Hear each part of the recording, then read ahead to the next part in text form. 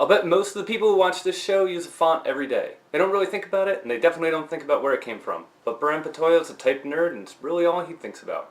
He's going to take us on a secret history of fonts. Enjoy! Ignite is an ongoing series of speedy presentations. They've ranged from building multi-person pogo sticks to hacking chocolate. Any topic that geeks hold dear. Each speaker gets only 5 minutes and 20 slides that auto-advance every 15 seconds. The talk you're about to hear was recorded live at one of the featured Ignite events around the world.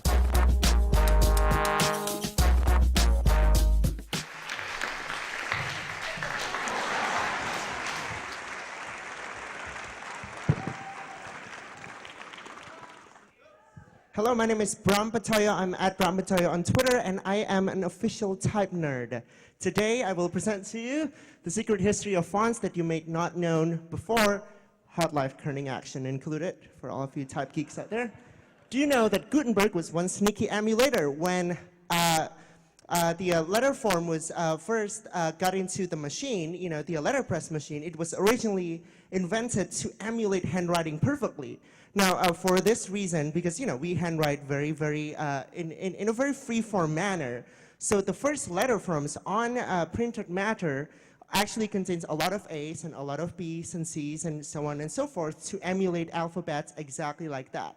The current letter forms that we have on your right, which is very regular, during the first years of letter forms were deemed to cause people to go blind because people aren't used to it. So that's, that's sort of very strange because people are used to what they see on the left. Fact number 2, all your Garamond belong to us. There's a very famous type designer, really the first punch cutter in the world, named Claude Garamond. He's from France, very famous. His type got so famous that it got revived over and over and over again. On your right is 17 different revival of Garamond. You may have seen it on your computer: Adobe Garamond, Monotype Garamond, Linotype Garamond, etc., etc. Now, what all of us may not know is that not until the 1950s did someone named Beatrice Ward identify that actually what they called Garamond is really the type of Jean Janin on the left. So Jean Janin lived 40 years after Garamond, and for the longest time people don't know that their Garamond is really not a Garamond.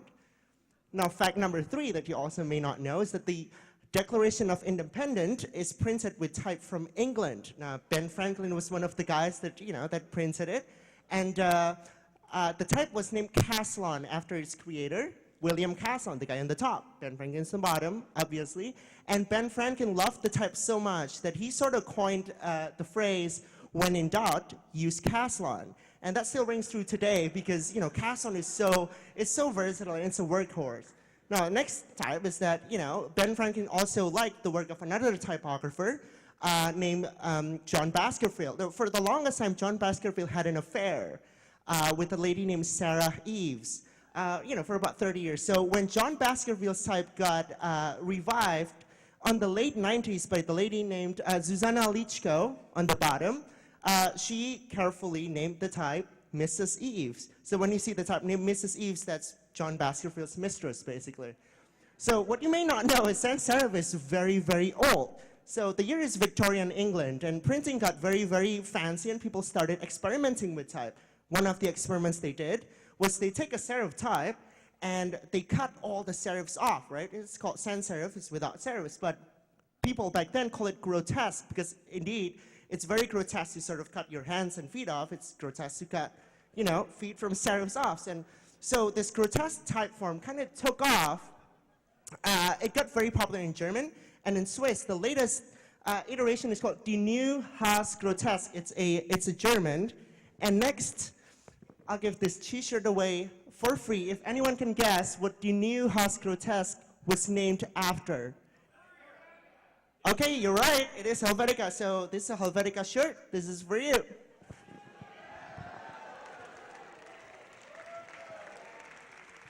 So, there's this whole deal about Helvetica, and of course now we have to say something about Arial. So where does Arial came from, really? So late 80s and early 90s, Apple licensed Helvetica to use in its every computer system. They bought it from Linotype. They had to pay for every copy. But Microsoft says, we want to license something similar, right? Of course, we don't have all the money in the world to pay it, so they called Monotype and say, hey, can you design something that's very similar? So Ariel is in light blue, Helvetica is in white, and you see how they're very similarly set, and indeed on paper, if you set Ariel and Helvetica side by side, they will look very, very similar. Still, Ariel is technically, so, considered a ripoff and sort of Helvetica's bastard child, right? So when you can, use Helvetica. Last fact is that Comic Sans is really born out of Microsoft Bob. Remember Microsoft Bob? It was, kind of disastrous. Exactly. It was created for that purpose, and it should remain that way. My name is Bram Pitoyo, and I do a series called Type ID, and I hope that's helpful. Thank you.